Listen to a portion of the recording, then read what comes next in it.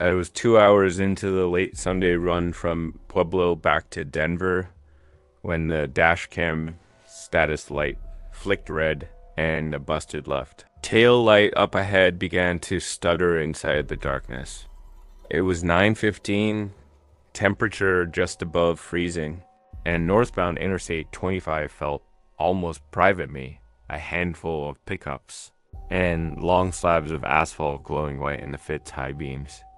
My fiancée Mel hates that I do these trips alone, so she talked me into mounting the little camera behind the windshield. Most footage ends up being lane lines and moth splats, but she says it buys peace of mind, and the red LED does keep me company when static wipes the radio. Just past exit 91, a silver Chevy Malibu drifted onto the highway, snow dust clinging to the bumper. One license plate bolt missing, so the tag flapped like a loose tooth. The left taillight lens was star-cracked old collision, maybe, and the bulb inside flickered. Steadied, flickered again. I eased right, planned to pass. Before I could bridge the gap, the bulb died completely, flared once, then went out. I muttered that the driver should fix it before a trooper noticed.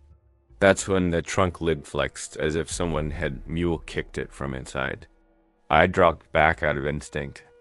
A second thud made the metal ripple, and a pale hand punched through the fractured lens. 4 fingers curled around broken plastic, looking almost delicate, then disappeared. The whole moment lasted maybe 2 seconds, long enough for my brain to stop humming and start screaming. I snapped hazard lights on and slid in behind the Malibu, heart knocking so hard the steering wheel fuzzed under my grip. I grabbed the phone on the passenger seat and stabbed 911. 1 bar of service held on.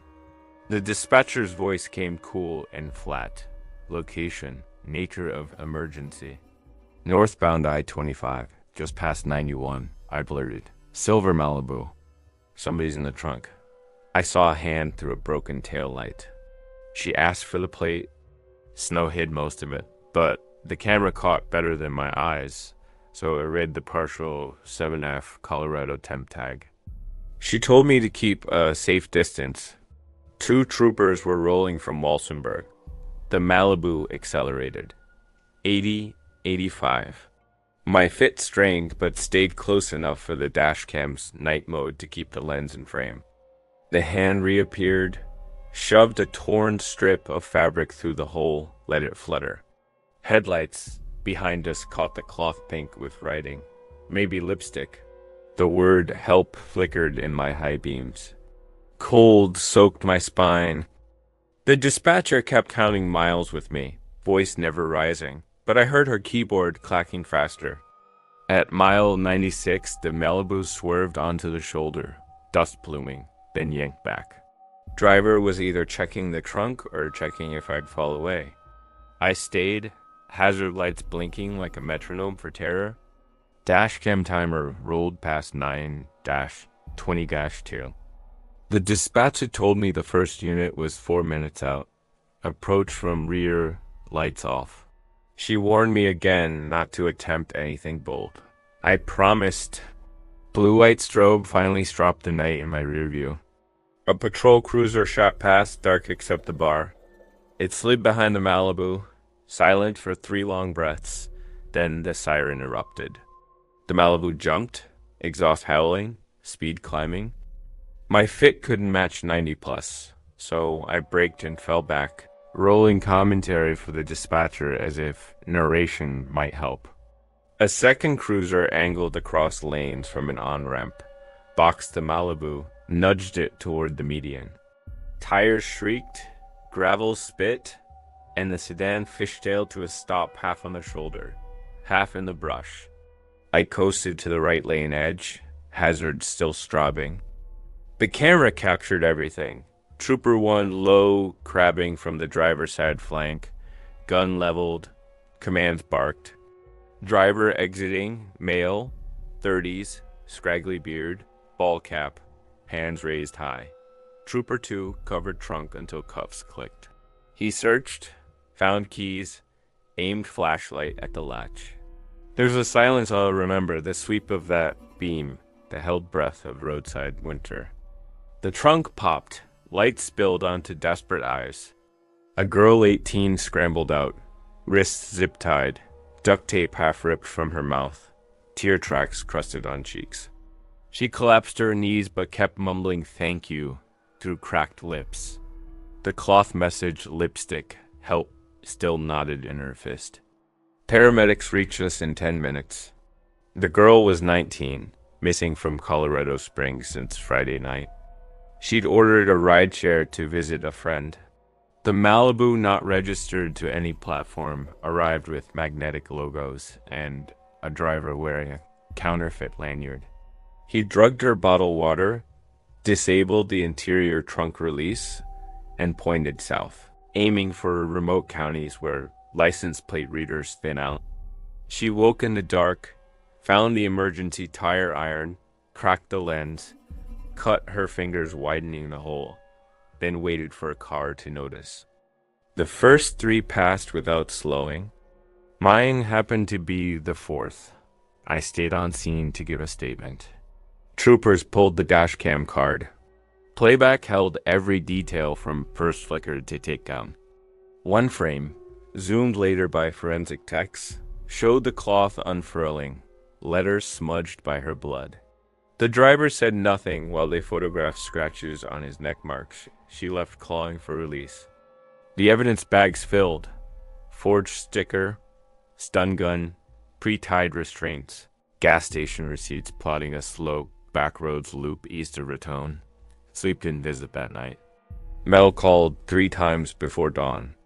I gave the short version because the long one felt unreal. Mid-morning, Denver News pushed a clip under the title, Dash Cam Hero. They blurred her face, and my plates left a red explosion of broken plastic and that desperate hand.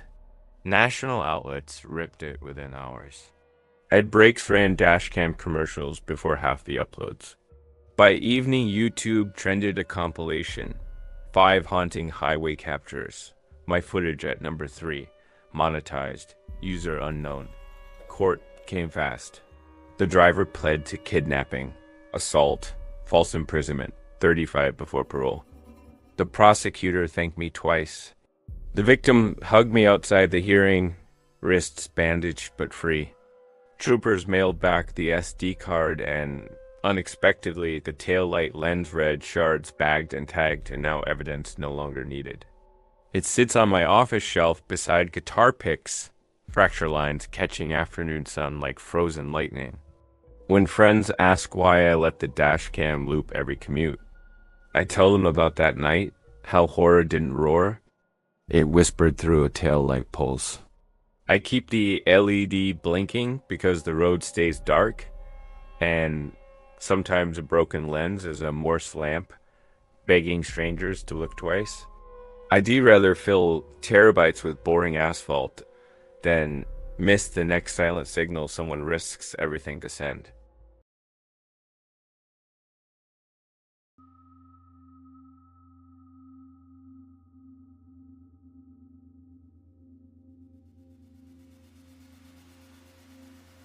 The image that changed our lives landed in my inbox at 2:13 am. It was a single frame from the baby monitor camera, our 6-month-old Ella asleep on her stomach, and at the left edge of the crib rail, a hand.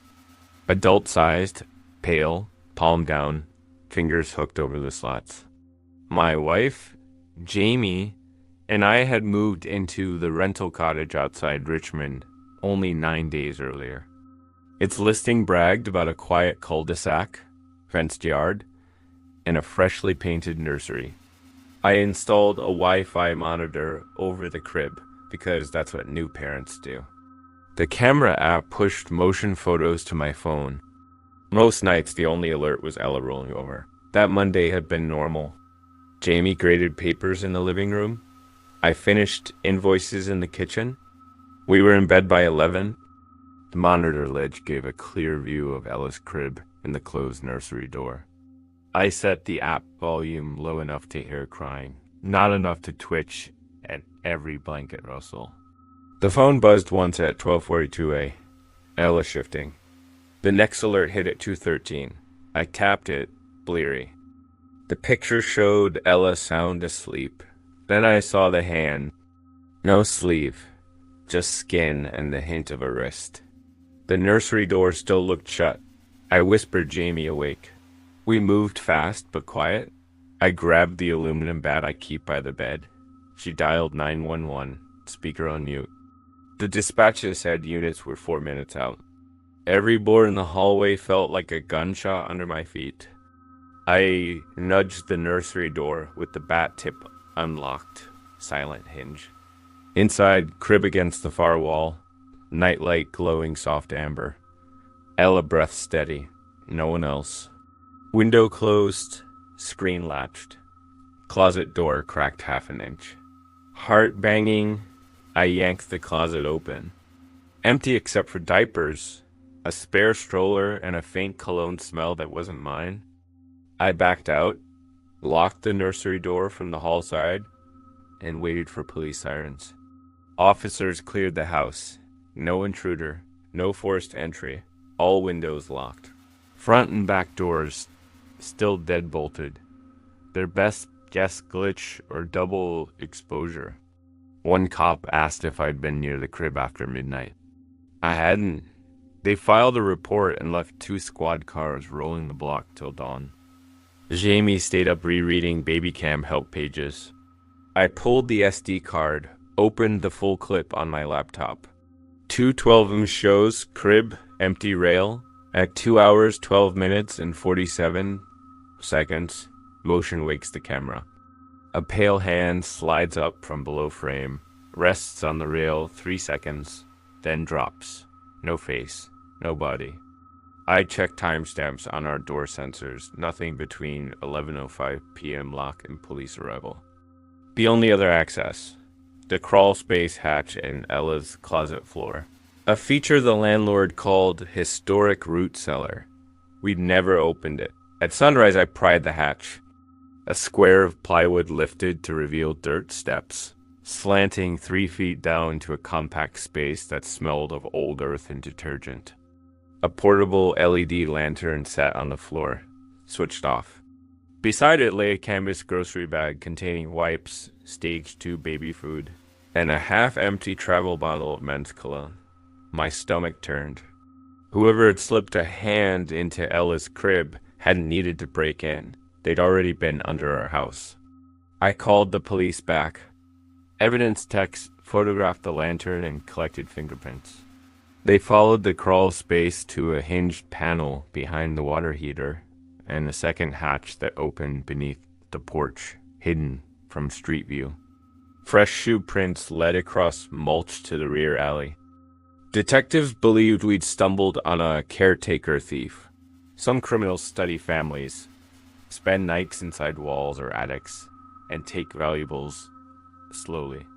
Babies cry, parents blame exhaustion, not missing items. The hand over Ella's crib was curiosity or warning. Jamie and Ella moved to her sister's that afternoon. I installed motion sensors around the crawl perimeter and stacked cinder blocks inside the hatch. That night, alone, I monitored cameras from the living room couch, lights off. At 1:58 a.m., the porch cam sent us still. A man in a black hoodie crouched by the foundation vent, screwdriver in hand. I hit record, called 911, and watched him work the screen free. He slid inside. 4 minutes later, porch cam caught him crawling back out fast, empty-handed, chased by a wailing siren I'd wired to the hatch magnets. Red-blue strobes turned the street neon.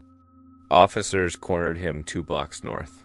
In his pocket, my spare house key, the one missing from the kitchen hook, and a flash drive labeled with Ella's birth date. The guy was 32, unemployed, formerly a part-time childcare aide. He told detectives he felt responsible for babies he discovered online through unsecured monitors. He'd enter houses to check they were safe, sometimes taking keepsakes. He'd lived in an abandoned shed behind the alley, watching our feed on a phone. The flash drive held screenshots of Ellis sleeping from 19 separate nights. Police charged him with burglary, trespass, and stalking. Local news filmed the landlord replacing crawl space fence on 6 other rentals. Baby monitor makers pushed firmware warnings at night. We moved out the next week. Our new place has no crawl space, and the monitor talks only over a closed local network. When friends show me crystal clear phone feeds of their nurseries, I suggest a password longer than their kid's name and mention a hand that once rested on my daughter's crib rail, like it belonged there. Because the quiet click of a camera at 2 a.m. might not be proof you're watching over your baby, it could be proof someone else already is.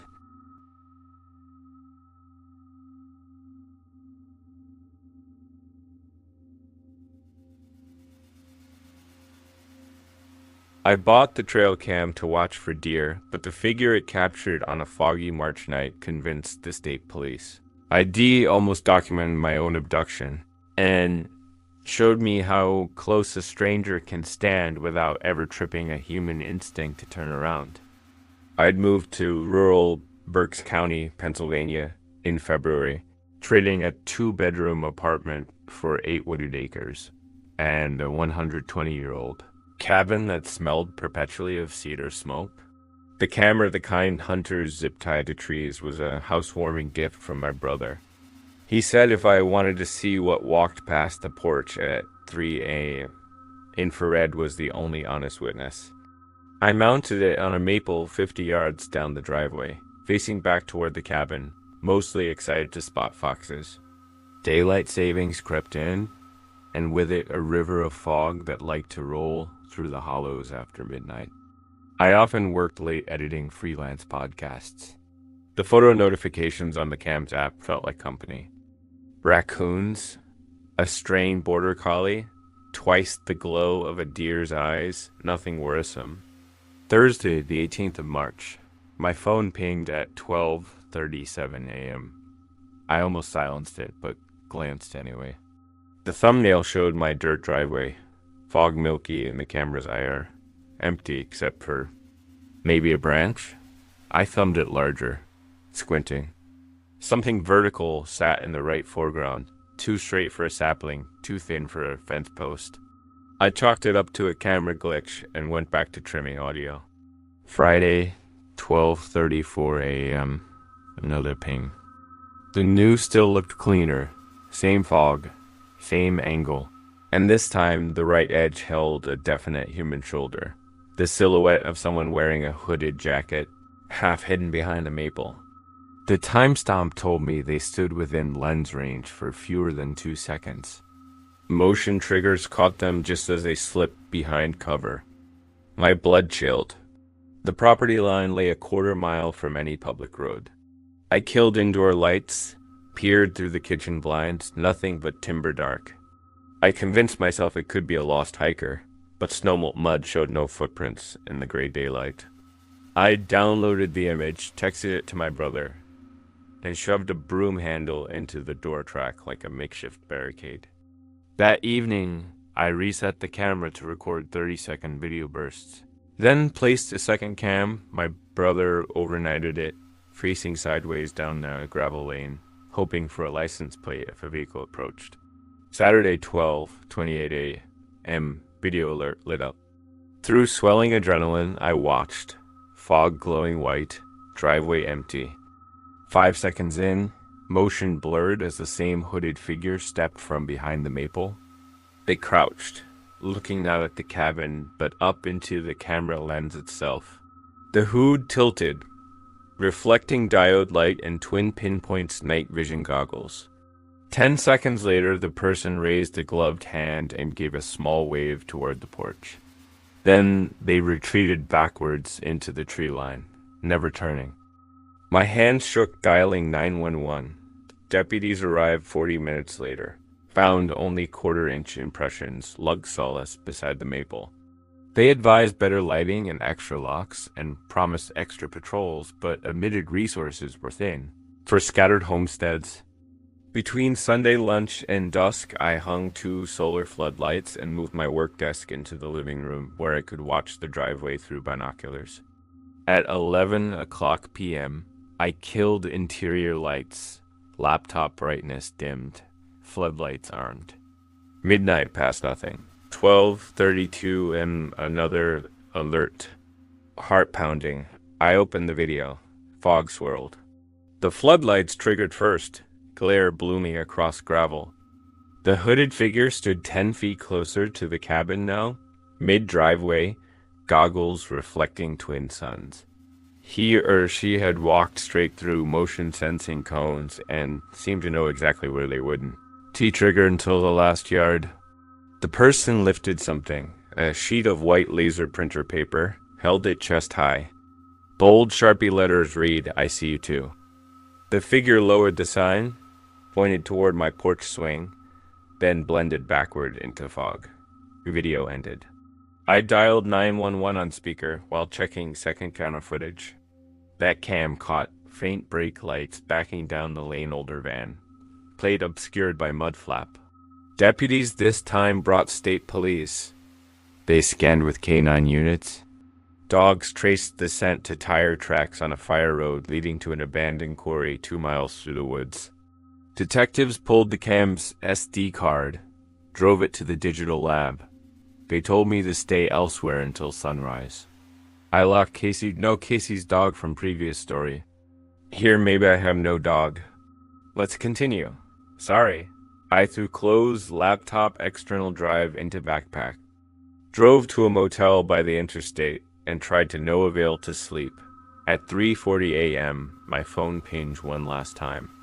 Against my better judgment, I opened it. Driveway empty, floodlights burned out, a new sheet of paper sat propped on the gravel. Police recovered it at dawn. The message.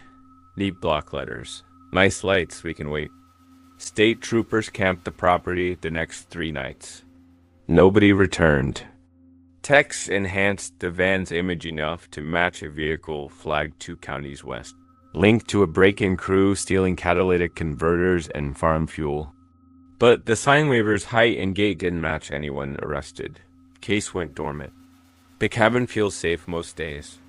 I swap deadbolts for keyed bars and keep motion-sensing strobes rigged to a siren, loud enough to wake coyotes. Yet every March fog bank rattles memory. A hooded shape willing to inch forward night after night. Learning camera angles, testing lights, certain persistence would beat habit. Whenever friends buy cheap trail cams for peace of mind, I send them the still of the gloved hand waving hello in the caption. I wrote beneath it, sometimes the watcher enjoys being watched. Now I file every alert, no matter how boring. Because that shoulder I first mistook for a branch proved the difference between wildlife and someone cataloging. Blind spots showing me the scariest part of a security feed, as in the monster leaping at the lens. But the slow approach you nearly delete thinking it's just the wind.